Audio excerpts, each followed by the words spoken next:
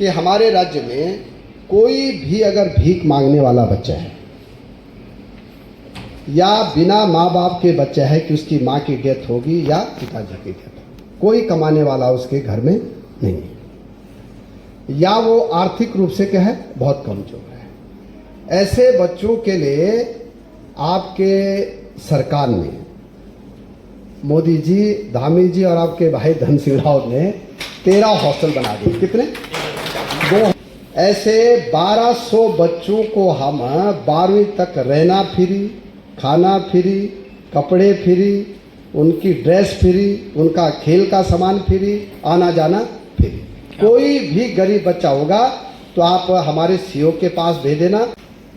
जितने हमारे CBSE board के स्कूल हैं, यहाँ बस्ते का वजन ज़्यादा हो गया और बच्चे का वजन कम हो गया है। ताली कम बजा रहे हो आप, सही कह रहे हो गलत कह रहे हो? अब मैंने बच्चे की उम्र के साथ और क्लास के साथ में जो है बस्ते का वजन तय करते हैं और ये आपको अनिवार्य रूप से फॉलो करना पड़ेगा। अभी जो है शासनादेश आने वाला है उसका। अब जो बच्चा जो है कक्षा 1 से लेकर और 3 तक है, उसको तो बिना किताब के जाना है। उसको जो है खेल सीखने हैं, ठीक है, और मातृभाषा सीखनी है, वहाँ टीचर के साथ जो है बातचीत करनी है, वो रहेगा। चौथी में बच्चे का बस्ते का वजन जो है 1 kg होगा। कितने में? तीसरी और चौथी। 5वीं में बस्ते का वजन जो है 2 kg होगा। 8वीं तक वजन 3 kg होगा और 10वीं तक 4.5 kg होगा। इससे ज़्यादा अगर बस्ते का वजन होगा तो उस कॉलेज के खिलाफ कार्रवाई की जाएगी। वो 17,000 सरकारी स्कूल हैं और 5,000 जो है प्राइवेट स्कूल, तो 22,000 स्कूल। हर स्कूल में 5 सितंबर का कार्यक्रम अनिवार्य रूप से। एक कोई बच्चा अगर टॉपर आता है हमारे राज्य का, तो हम ऐसे बच्चों को भारत दर्शन यात्रा पे ले जाएंगे। हर ब्लॉक के 5 बच्चों को शैक्षिक भारत दर्शन यात्रा।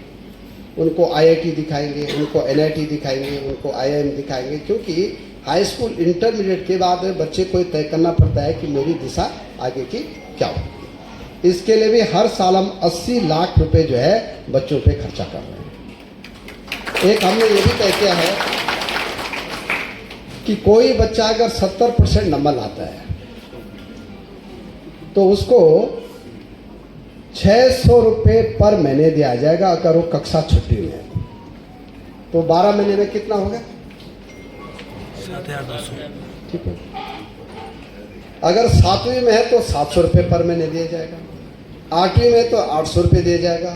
9th में है तो 900 रुपये दिया जाएगा। 10वीं में तो 1,000 रुपये दिया जाएगा। 11वीं में है तो 1,100 रुपये दिया जाएगा। 12वीं में है तो 1,200 रुपये, और अगर ग्रेजुएशन में है तो 1,500 रुपये दिया जाएगा। और अगर पीजी में 70% नंबर लाता है तो उसको 3,000 रुपये दिया जाएगा। और अगर रिसर्च स्कॉलर है और वो पीएचडी कर रहा है तो 5,000 रुपये हर महीने दिया जाएगा। पूरे भारतवर्ष में ऐसी योजना किसी ने नहीं बनाई जैसे हमने बनाई। जब से राष्ट्रीय शिक्षा नीति हमारे प्रधानमंत्री जी ने लागू की है, तब से शिक्षा में काफ़ी चेंजेज आने वाले हैं। अब एक तो बच्चे को चॉइस बेस्ड शिक्षा देनी है हमको, कि बच्चा जो भी चॉइस करे उसको वही शिक्षा दी जाएगी। अगर बच्चा बीएससी के साथ अगर कॉमर्स लेना चाहता है तो हमको देना पड़ेगा। अगर वो कॉमर्स के साथ फिजिक्स पढ़ना चाहते हैं तो हमको देनी पड़ेगी। तो सबसे बड़ी बात यह है कि देश में जब राष्ट्रीय शिक्षा नीति लागू हुई तो पहला प्रदेश उत्तराखंड है जिसने कि सबसे पहले इसको लागू किया है। और अब हम अपने प्रदेश में एक समान पाठ्यक्रम भी बना रहे हैं, एक शैक्षिक कैलेंडर भी हमने बनाया है। डिग्री कॉलेज में 180 दिन पढ़ाई अनिवार्य रूप से हो यह हमने अनिवार्य किया है। यहाँ पे नर्सिंग कॉलेज वाले लोग भी हैं। माध्यमिक शिक्षा में 222 दिन पढ़ाई अनिवार्य रूप से हो, ये भी हमने शैक्षिक कैलेंडर बनाया है। और इतना ही नहीं किया हम लोगों ने, जो प्राइवेट कॉलेज है और जो सरकारी कॉलेज है या चाहे स्कूल है, अब टीचिंग शेयर का एक बड़ा कार्यक्रम मैं अपने प्रदेश में चलाना चाह रहा हूँ। ये अभी एक हफ्ते में हम एक एमयू कर रहे हैं सारे बोर्डों के साथ में, चाहे सीबीएसई बोर्ड हो, चाहे सीएससी बोर्ड हो, चाहे उत्तराखंड बोर्ड हो, चाहे संस्कृत बोर्ड हो, जितने भी बोर्ड हैं हमारे, वहाँ का अच्छा टीचर कोई भी होगा तो वो जो है हमारे सरकारी इंटर कॉलेज में भी लेक्चर देने जा सकता है। हमारे यहाँ का कोई अच्छा टीचर है तो प्राइवेट में भी क्या लेक्चर देने जा सकता है। मुझे लगता है कि ये टीचिंग शेयर का एक बहुत बड़ा अद्वितीय उदाहरण हम अपने राज्य में करने जा रहे हैं। दूसरा, हम लोग ये भी कर रहे हैं कि अगर हमारे डिग्री कॉलेज के पास अच्छा ग्राउंड है और अगल बगल के 10 हाई स्कूल इंटर स्कूलों के पास अगर अच्छा ग्राउंड नहीं हुआ, चाहे वो सरकारी हो चाहे वो प्राइवेट है, तो वहाँ के बच्चे उस ग्राउंड में खेलने के लिए जा सकते हैं। अभी क्या था कि ये मेरा है, ये तेरा है, ये सरकारी है, ये प्राइवेट है, ये बहुत दिक्कतें थी। कभी ताला लग जाता था 4 बजे के बाद। अब हम इसको ओपन विंडो कर रहे हैं कि हमारे प्राइवेट का बच्चा अगर अच्छी लाइब्रेरी मेरे डिग्री कॉलेज में है तो वहाँ भी पढ़ने के लिए आ सकता है।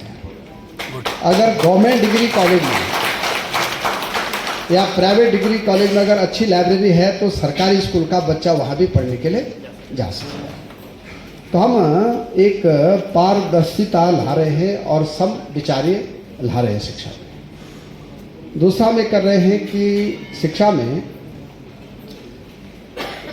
कक्षा 5वीं तक बच्चे को मातृभाषा का ज्ञान कैसे हो।